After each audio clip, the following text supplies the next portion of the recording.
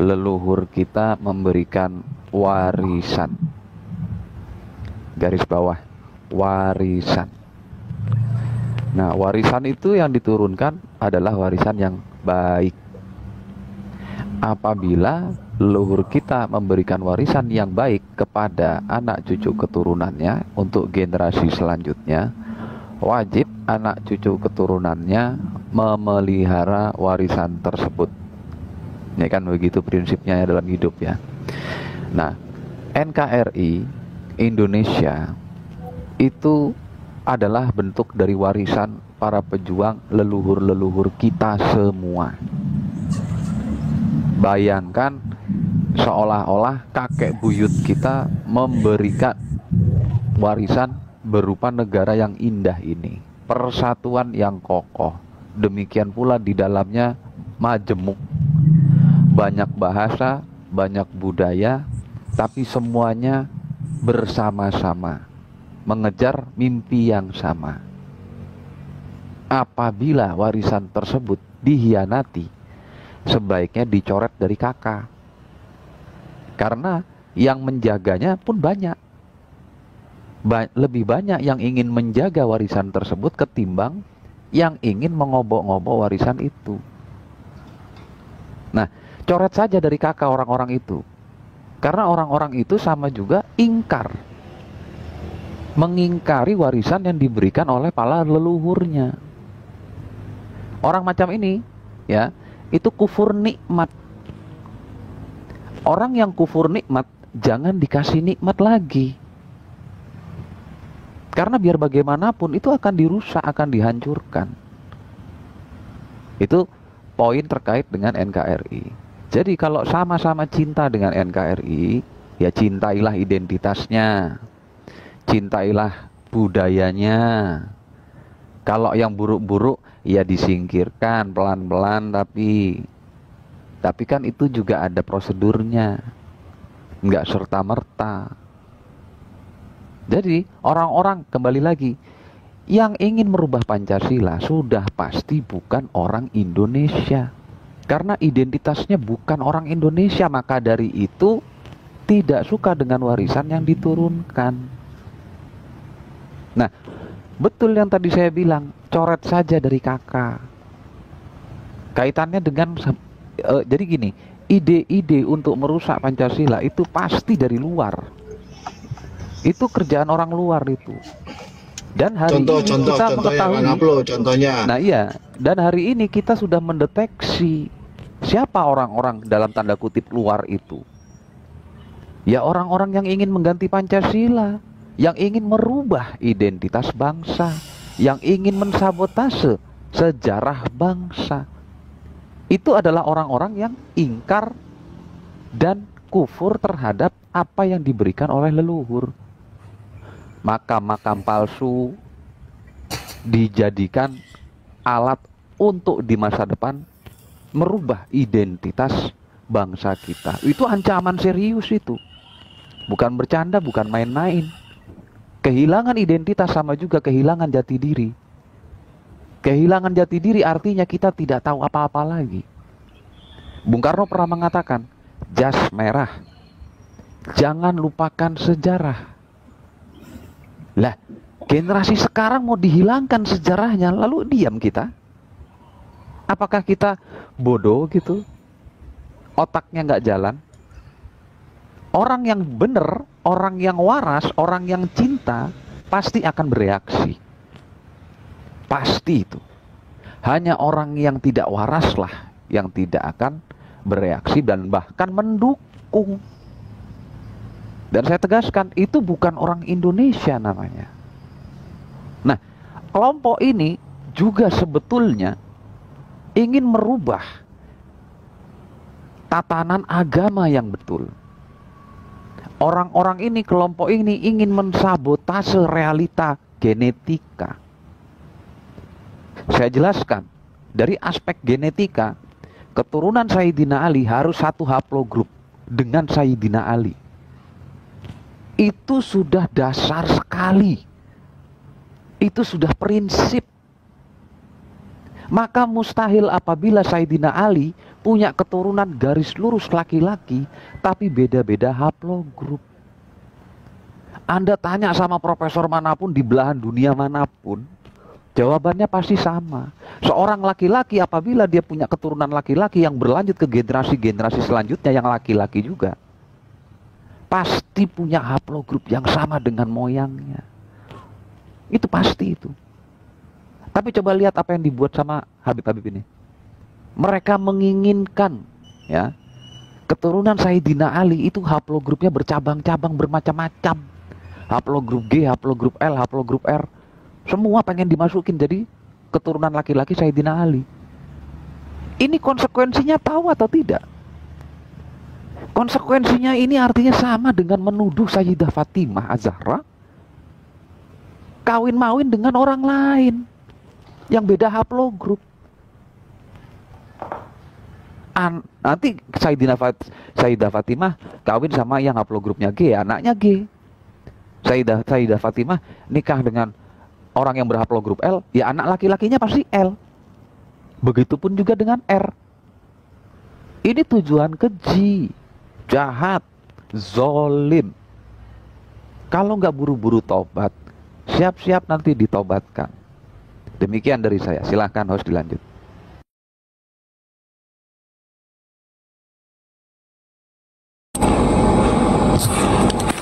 Terima kasih Kang Haplo, luar biasa ya, sangat jelas sekali. Subhanallah, alhamdulillah. Siapa barangkali yang mau narasi, boleh? Saya assalamualaikum, Bang Ajab, assalamualaikum. Assalamualaikum warahmatullahi wabarakatuh. Waalaikumsalam warahmatullahi wabarakatuh. Saya mau narasi, saya persilahkan apa Bang Ali? Ya, narasi tentang kesombongan Ba'alwi emang ada dari zaman dulu, dari zaman Nabi Musa, bukan dari sekarang aja. Dari zaman Nabi Musa mereka sampai terkutuk oleh Allah dari kesombongannya. Lalu mereka sampai sekarang, sampai detik ini mereka dikutuk. Mereka dikutuk oleh manusia sekarang, Allah dan manusia. Di mana saja mereka duduk, mereka itu terasing. Pertama, kita dibohongi oleh mereka. Lalu ketahuan kebohongannya.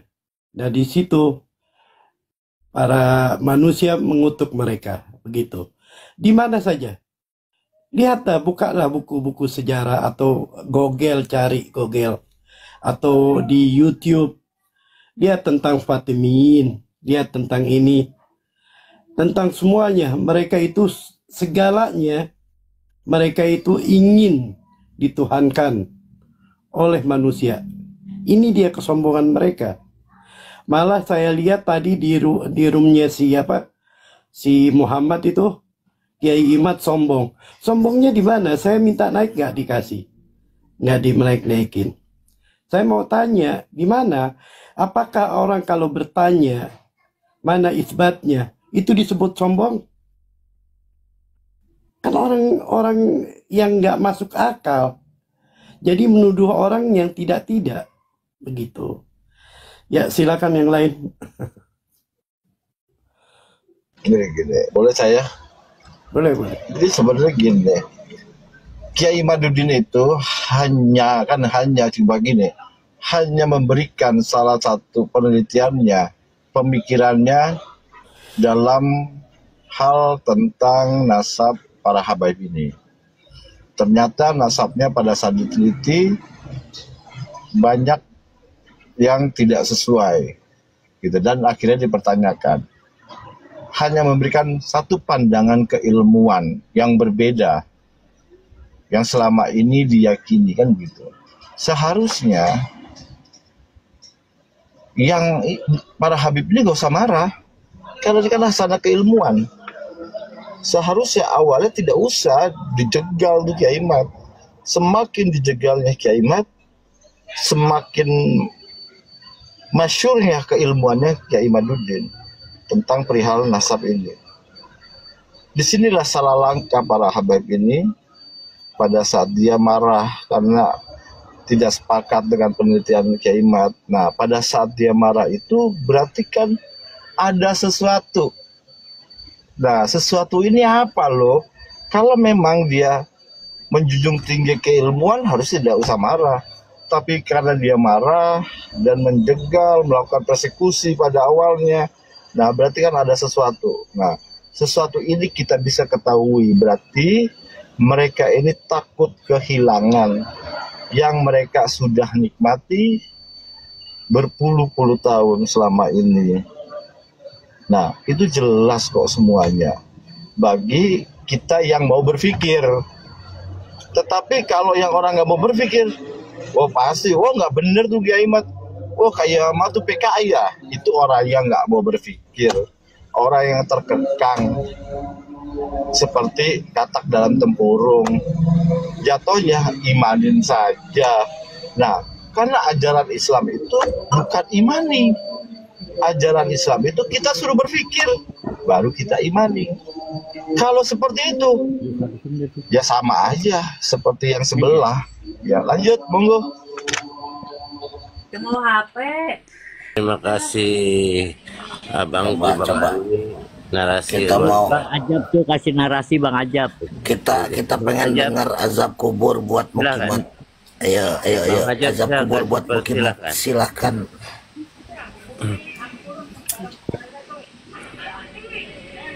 Assalamualaikum Bang Ajab. Imanin aja, Kang Dadang. Intinya imanin aja, Kang Dadang.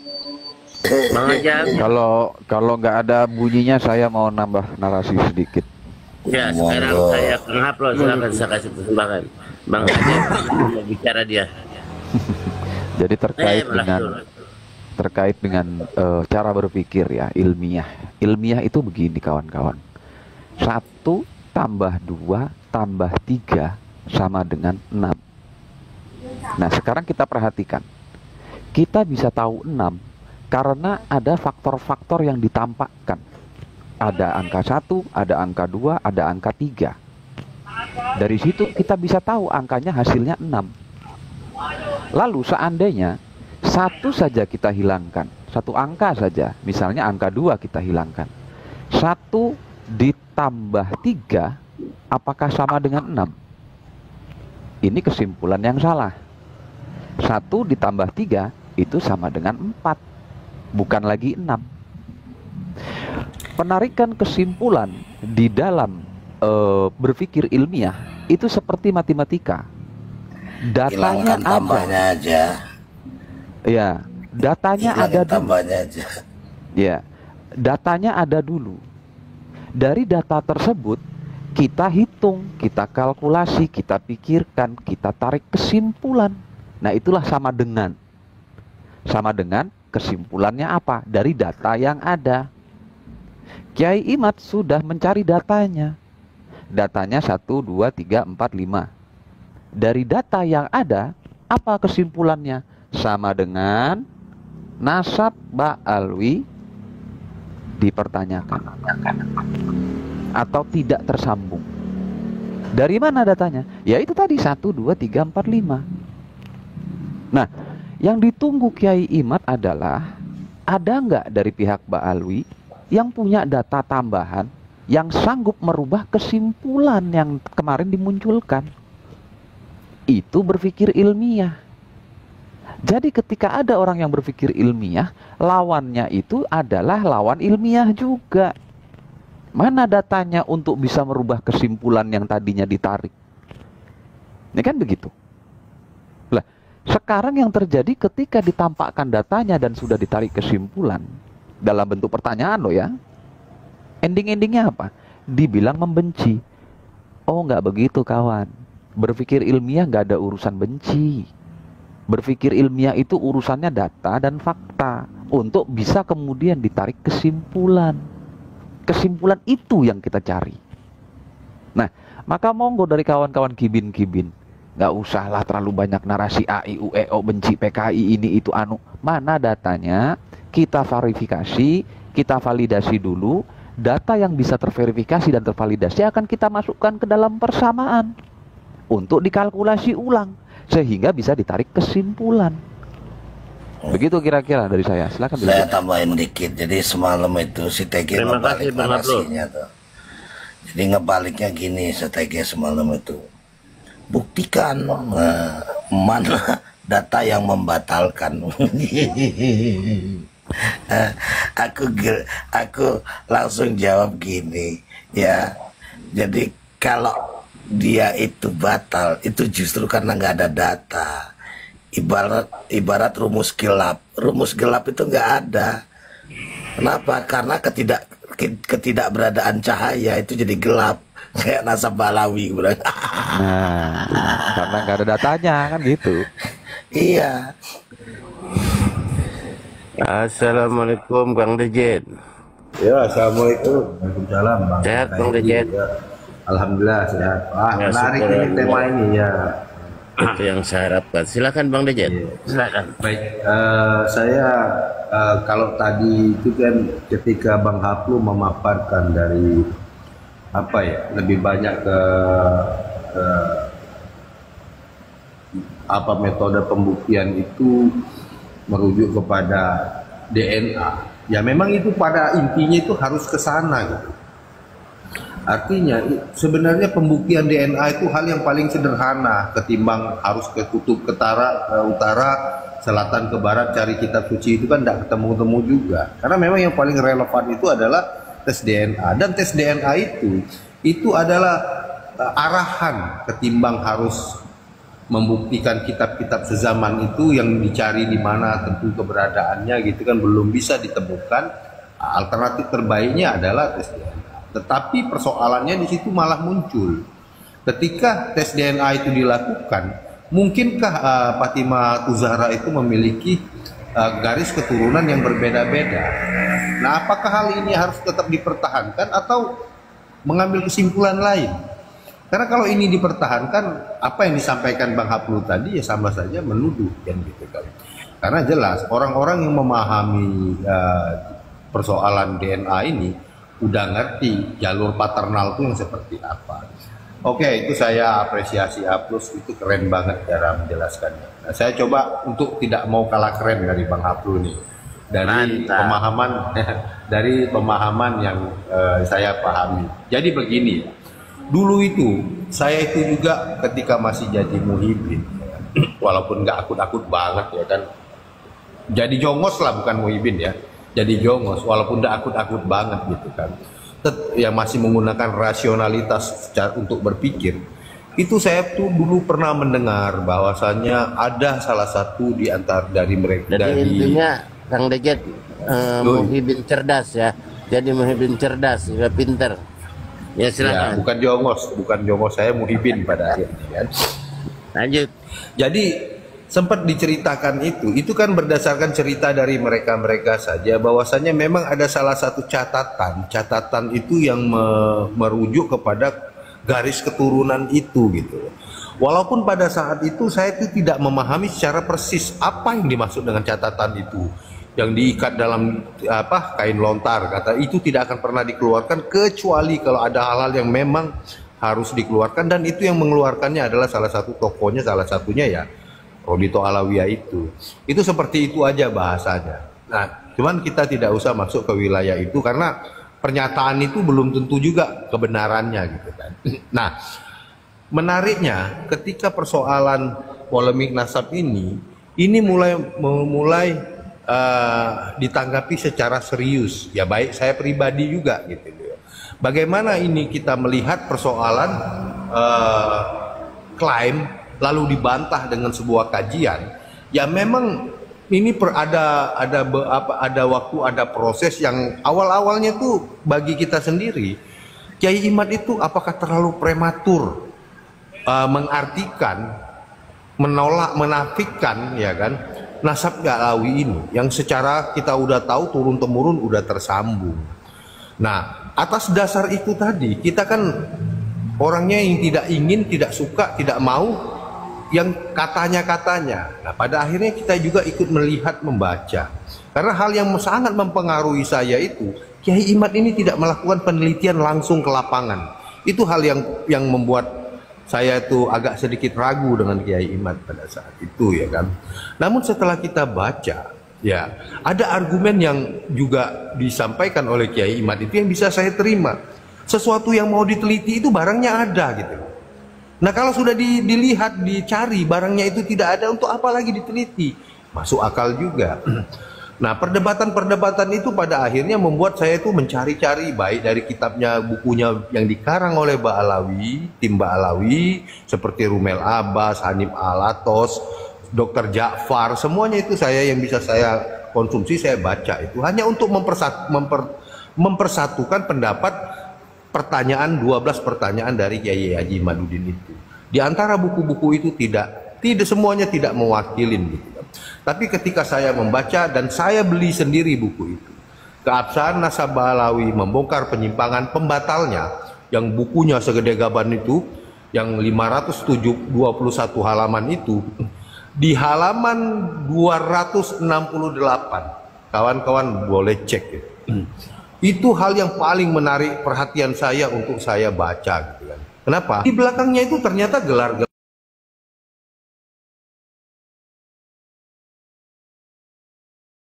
Saya pernah dengar Maula Dare, pernah dengar Sohib Mirbat, pernah dengar Qoli Qosam.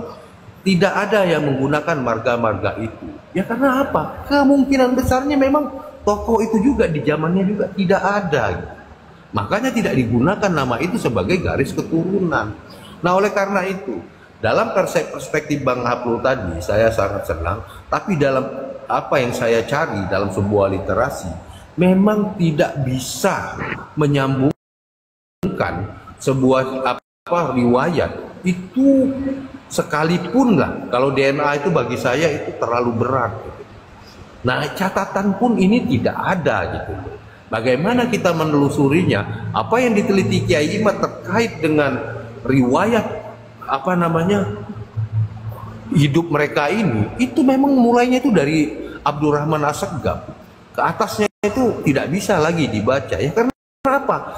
Akan sulit mencari catatan 550 tahun yang lalu tanpa ada, akan sulit mencari keturunan 550 orang itu langsung jadi profesor. Dia sekolah SD dulu, SMP, SMA, kuliah S1, S2, S3, lalu nanti baru jadi profesor. Seperti itu prosesnya. Tidak ada orang hari ini itu tiba-tiba langsung jadi, oh Anda tidak boleh meneliti itu karena Anda bukan profesor. Dan sebagainya. Nah, ini pertanyaan-pertanyaan seperti ini sering kali, acap kali disampaikan seperti tadi seorang TG. Disuruh membuktikan, kok malah kita yang harus membuktikan. Ketika ada sesuatu tidak dianggap, bukti. Kan kalau itu tidak dianggap, lagi mana? Bonteng aja enggak, kan begitu. Kok dia ngaku-ngaku anak saya? Kan ini kan sesuatu yang sebenarnya geli aja kita melihatnya. Jadi oleh karena itu dalam perspektif saya sepakat ya bahwasanya pembuktian itu perlu. Walaupun saya itu tidak terlalu menuntut tes DNA, tetapi paling tidak dari catatan sejarah itu juga harus bisa diyakinin sebagai pedoman. Karena apa? Dalam sebuah kaidah ilmu nasab, di dalam Rosail fi ilmi ansab itu jelas. Cara menetapkan nasab itu menggunakan kaidah itu. Nah, coba ikutin aja kaidah itu. Tapi hari ini di halaman 268 itu saya sudah memastikan bahwasanya catatan nasab itu memang tidak ada. Seperti itu ya kawan. Terima kasih. Mantap Bang Oke, Dede. assalamualaikum, luar biasa Bang Dede. Mantap. Subhanallah, jelas lugas pokoknya untuk mencerdaskan anak bangsa.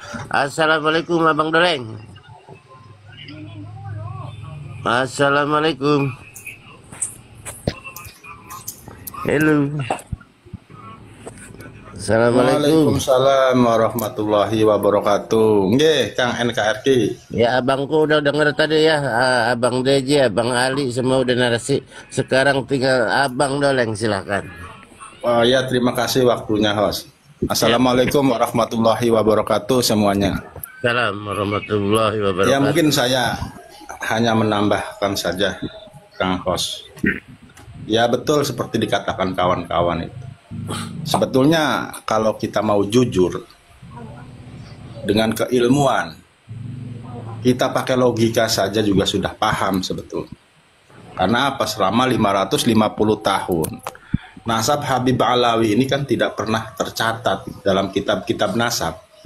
Itu sebetulnya mudah, simpel kok. Karena yang selama ini ditulis oleh kelompok-kelompok Ba'alawi itu kan hanya di kisaran abad ke-9 yang dikarang oleh Ali Asy'ari. Itu sumbernya kan. Ternyata kan sebelumnya tidak ada catatan nama Ubaidillah yang dicangkokkan kepada Sayyid Ahmad bin Isa. Tidak ada. Makanya mereka ketika ditanyakan untuk menampilkan kitab sejaman, yaitu kitab abad ke-4 sampai abad ke-8, itu kan tidak mampu. Bahkan mengutus Rumel Abbas untuk mencari ke Timur Tengah. Sampai saat ini kan mana nggak ada, karena memang tidak ada catatannya dalam kitab-kitab nasab pada abad ke-4 sampai ke-8 ini. Kalau mencari ke ujung dunia sekalipun itu tidak akan menemukan. Wong barangnya nggak ada. Namanya tokoh fiktif Ubaidillah itu hanya direkayasa dikarang oleh Ali Asy'ari untuk disambungkan kepada Ahmad bin Isa. Saya kira kan seperti itu. Dan dalam pertanyaan 12 pertanyaan Kimaduddin itu yang paling mendasar adalah ditantang kepada ahli sejarah yang menyebutkan bahwa apakah pernah Ahmad bin Isa itu hijrah ke Yaman. Itu kan ternyata tidak ada kitab-kitab sejarah histori perjalanan Ahmad bin Isa itu ke Yaman, itu tidak ada. Kalau memang sudah ada, logikanya kan seperti itu. Kalau memang itu nasab Habib Alawi itu dalam kitab-kitab nasab abad ke-4 sampai ke-8 itu ada, dan ahli sejarah atau buku-buku sejarah, kitab-kitab sejarah yang menyatakan Ahmad bin Isa itu pernah hijrah ke Yaman, itu mungkin sudah ditampilkan ke umum, ke halayak banyak, ke publik ditampilkan. Ya faktanya sampai saat ini hanya mempertahankan nasab bodong dengan apa? Dengan tipu-tipu mengatasnamakan ulama-ulama. Kan seperti itu selama ini. Apalagi dikaitkan dengan tes DNA.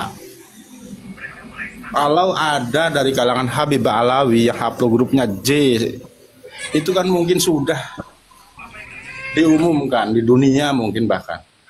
Faktanya kan tidak ada, hanya pola tipu-tipu saja, mengharamkan justru tes DNA. Itu kan lucu itu. Itu karena mereka itu apa? Tidak jujur dalam bernarasi, berilmu, menyampaikan ilmu itu tidak jujur. Dan saya sayangkan itu terhadap para kiai-kiai itu, yang katanya ulama itu mengatakan harus husnudon saja, itu saya kira penyesatan itu. Menyesatkan umat Islam. Bukan untuk membangun pemikiran atau mencerdaskan umat Islam. Justru itu kiai-kiai yang masih membela dengan tanpa data, itu justru menyesatkan umat Islam untuk selalu bodoh, untuk selalu menjadi budak-budak bangsa asing, saya kira. Karena tidak jujur dalam keilmuan, dalam menyampaikan narasi-narasi keilmuan. Saya kira seperti itu, Has Bunggo. Terima kasih teman-teman bisa mengeleng. Luar biasa ya narasinya semua. Bang Sam mau nambahin, Bang Sam? Agama juga bela negara, jelas jihad dan syahid bersama ulama. Relakan kami pergi dan berjuang, jadi perisai trawali dan kebenaran. Meski harus berkorban, nyawa satu di badan, demi kebenaran menang dan ditegak.